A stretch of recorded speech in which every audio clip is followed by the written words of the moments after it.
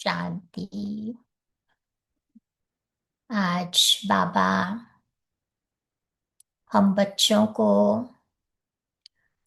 इशारा दे रहे हैं कि हमें इस ब्राह्मण जीवन में सेंसिबल बन करके सबके दिल की दुआएं इकट्ठी करते जाना है, क्योंकि दुआएं बहुत बहुत पावरफुल होती है। इस दुनिया में कहते हैं ना, सबसे पावरफुल चीज वो है दुआएं, जो दिलों से निकलकर दिलों तक पहुंचती है, वो है दुआ। एक बार किसी ने कहा था, बहुत अच्छी बात बताई थी, कि इस दुनिया में सबसे पावरफुल मेटल कौन सी है? तो कहते हैं आयन, लोहा है। लेकिन कहते लोहे से भी पावरफुल चीज वो है अग्नि, जो लोहे को भी मेल्ट कर देती है। अग्नि से भी पावरफुल चीज कौन सी है? तो कहते पानी, जो आग को भी बुझा देती है। कहते पानी से भी पावरफुल चीज कौन सी है? तो कहते मनुष्य आत्माएं, जो पानी को भी पी जाती है।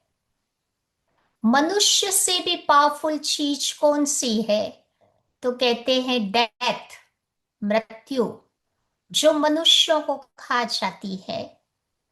और डेथ से भी पावरफुल चीज कौन सी है? वो है दुआएं, जो मृत्यु को भी रोक देती है। तभी बाबा हम बच्चों को भी कहते हैं कि दुआओं में बहुत सारी शक्तियां समाई हुई है। यही दुआएं हमारे सेहत में सुधार लाती है, उससे शरीर हमारा ठीक बन जाता है।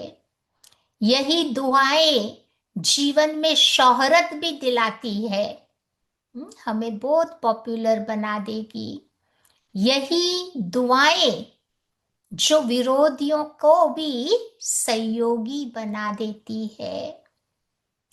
इन दुआओं के कारण ही हमारी आयु में भी वृद्धि हो जाती है, लंबी आयु हो जाती है, निरोगी शक्तिशाली शरीर हो जाता है।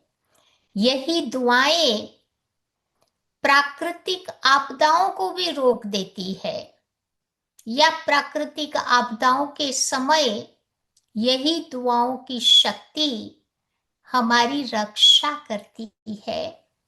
इसीलिए बाबा कहते हैं कि संगम युग में हम दुआओं का स्टॉक अपने में भरते जावे। सबसे पहले मुझे दुआएं अपने आप से लेनी है। कभी कभी कोई अच्छा काम करते हैं तो हम बहुत हैप्पी हो जाते हैं, या कभी कभी आंतरिक संतुष्टि का आत्मा अनुभव करती है, क्योंकि अच्छा काम किया है मैंने।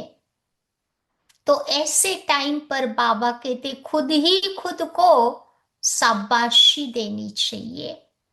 क्योंकि कई बार आप सबने भी नोटिस किया होगा कि कोई इम्पॉसिबल कार्य पॉसिबल हमारे से हो जाता है। तो ऐसे टाइम पर हमें खुद को शाबाशी देनी है। ये हो गई खुद को दुआएं देना। दूसरी दुआएं हमें बाबा से भी लेनी है। कैसे बाबा से दुआएं लेंगे? तो कभी कभी हमारे जीवन में जैसे अनुभव होता है कि बाबा हमारी सदैव मदद कर रहे हैं, हमारी रक्षा कर रहे हैं। तो यही रक्षा कहो, मदद कहो, ये भगवान की दुआएं हो गई। जब हम बाबा का आज्ञाकारी बच्चा बनते हैं, जब हम बाबा के लायक बच्चे बन जाते हैं, हिम्मतवान बच्चे बन जाते हैं, तो हमें निरंतर भगवान की ओर से दुआएं मिलती ही जाती है। तो भगवान से भी दुआएं लेते रहना है। तीसरी बात है, लोगों से भी दुआएं लेते रहना है। कभी कभी जो हमारे सीनियर भाई बहने हैं, जब हम उनको किसी भी कार्य में निश्चिंत कर देते हैं, नहीं, जैसे कोई को कोई सेवा देते हैं, तो वो व्यक्ति बड़ी शिद्दत के साथ एक्यूरेट रीति से वो सेवा कर देता है। कभी कभी कईयों के संस्कार होते हैं कि भाई होता है, चलता है, ठीक से वो कार्य नहीं करता है, उसे बार बार याद दिलाना पड़ता है। या तो दुआएं लेने के लिए जब हम किसी को निश्चिंत के फ्री बना देते हैं, तो अपने आप उस आत्मा की हमारे प्रति दुआएं निकलती रहेगी। कभी कभी हमें अपने जूनियर से भी दुआएं लेनी है। वो कैसे मिलेगी? तो बाबा कहते, जब हम उनको प्यार देते जाएंगे, प्यार देने से उन आत्माओं से भी हमें दुआएं मिलेगी। कभी कभी हमारे कंपेनियंस होते हैं, उनसे दुआएं कैसे मिलेगी? जब बाबा कहते उनकी हम थोड़ी केयर करते रहेंगे, सपोर्ट देते रहेंगे, उनमें हिम्मत उल्लास भरते रहेंगे, तो अपने आप अपने कंपेनियन से भी हमें दुआएं मिलती रहेगी। चौथी बाबा कहते हैं कि हमें विश्व की आत्माओं से भी दुआएं लेनी है। वो कैसे लेंगे? तो बाबा कहते हैं, हर विश्व की आत्मा के प्रति शुभ भावना, शुभ कामना मुझे रखनी है।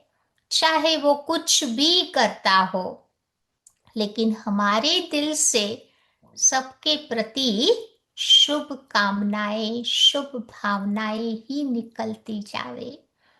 कभी कभी बाबा कहते हैं ना, विश्व के ग्लोब पर बाबा के साथ बैठकर उन आत्माओं को सकाश देते रहे, शक्ति देते रहे, तो अपने आप हमारी पॉजिटिव एनर्जी उन आत्माओं तक पहुंचेगी और उन आत्माओं के दिल से हमारे प्रति दुआएं निकलती रहेगी। पांचवी बात बाबा कहते हैं, प्रकृति से भी दुआएं लेनी है। क्योंकि आजकल देख रहे हैं ना कि एवरीथिंग इज अनप्रिडिक्टेबल। सब कुछ देखो बदलता जा रहा है, क्योंकि मनुष्य आत्मा एक तमो प्रधान बन गई है। उसका असर प्रकृति के पर भी पड़ रहा है। प्रकृति भी दिन प्रतिदिन तमो प्रधान बनती जा रही है। तो प्रकृति के प्रति भी हमारे दिल में कोई नेगेटिव फीलिंग्स नहीं रहनी चाहिए।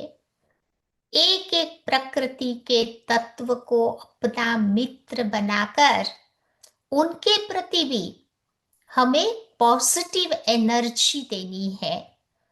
तो कल उठ के कोई भी प्राकृतिक आपदा मेरे सामने आई, तो वही प्रकृति मेरी रक्षा करेगी, हमारी संभाल करेगी।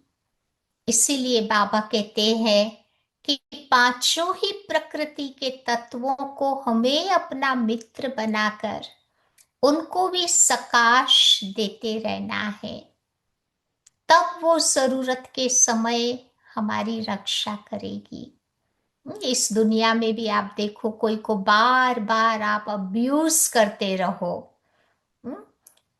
फिर आप एक्सपेक्ट करो कि वो व्यक्ति आपकी मदद करे, पॉसिबल नहीं है। तो ऐसे हमें भी मन वचन कर्म से प्रकृति को अब्यूज नहीं करना है। प्रकृति के प्रति भी एक अच्छी फीलिंग्स क्रिएट करनी है। तब हमें प्रकृति की ओर से भी दुआएं मिलती रहेगी, और यही दुआएं हमें इस ब्राह्मण जीवन में आगे बढ़ाएगी, हमारी रक्षा करती रहेगी। और बाबा कहते हैं कि मेथड कौन सी हम यूज करें अपने जीवन में, ताकि ये दुआओं का स्टॉक हमारा बढ़ता रहे। तो बाबा ने एक बार बताया था कि उसके लिए बार बार 3 बिंदियों को याद करो। मैं आत्मा भी बिंदी, बाबा भी बिंदी, ड्रामा भी बिंदी। तो ये 3 बिंदियों का तिलक मेरा रोज अमृत वेले लगता रहे, तब जा करके ये दुआएं देने का काम हम अपने जीवन में कर सकेंगे। तो आज बाबा ये दुआओं की बात कर रहे हैं, सेंसिबल बच्चा बन करके ये सेवा वर्तमान समय के अनुसार हम सब बच्चों को करनी है। ओम शांति। तो आइए सुनते हैं आज की बाबा की मुरली, 3 जनवरी की है। बाबा कहते, मीठे बच्चे, कदम कदम पर श्रीमत पर चलते रहो। ये ब्रह्मा की मत है या शिव बाबा की, इसमें मूंझो नहीं। कभी कभी मुरली सुनते हैं ना, तो ये संकल्प आता है कि ये शिव बाबा बोलता है या ब्रह्मा बाबा बोलता है। हम्म, तो बाबा कहते हैं कि जो अनुभव की बातें बाबा बताते हैं ना, वो ब्रह्मा बाबा कहते हैं। क्योंकि ब्रह्मा बाबा को इस दुनिया का, भक्ति का, फिर राजाई का, सब प्रकार का अनुभव था। तो अनुभव की बातें ब्रह्मा बाबा बताते हैं, लेकिन जो ज्ञान की बातें हम सुनते हैं ना, वो शिव बाबा बताता है। क्योंकि बाबा ज्ञान का सागर है ना, तो ज्ञान की गहरी गहरी पॉइंट्स वो सुनाता है।